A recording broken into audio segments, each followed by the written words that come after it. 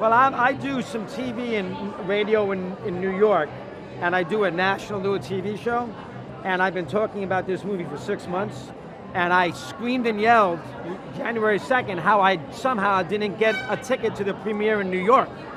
So Tim saw it, he's a big sports fan, he saw it, put it on his Instagram, and the next day, last week, did you know he called Searchlight and gave me 2 tickets to choose London, Paris, or Rome. So I brought my daughter, and I decided to come to London for a couple days. Oh, yeah. That's how I got here. It's quite an honor, quite an honor. For a 65-year-old sports talk show host in America, that's quite an honor. Wow. Well, I didn't know that much about him prior to that, but he first off, he spent so much time on the part. He learned the harmonica, the guitar, knew all the little, with Dylan it's tricky because he's a very weird, he's a different, quirky guy. And so to get all those quirky things down, because if you don't, you're gonna get killed because the New York media in America is gonna say, well, this is not Bob Dylan. And he pulled it off. That tells you brilliance. He did a brilliant job. Yeah, he put his own spin on, and not just him.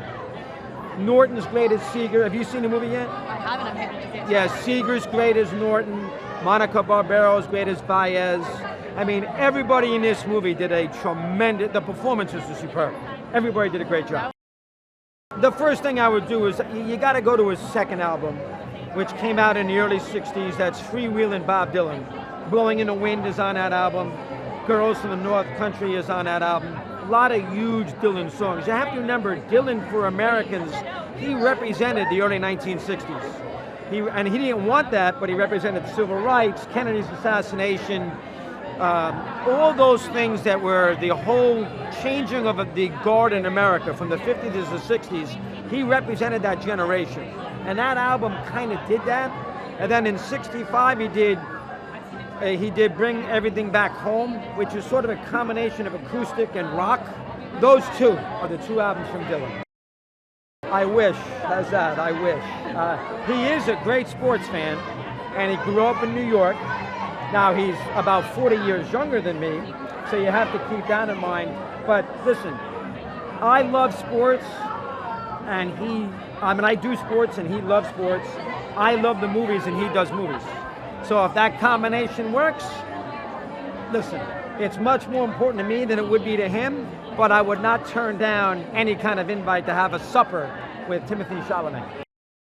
I saw it the day after Christmas. I've seen it 3 times. I saw it the day after Christmas. I was on this movie for the last 6 months. You know what he did in this movie? He made people happy. You know, I had tears last scene. When you see it, when you see it, him going back to see Woody Guthrie, tears.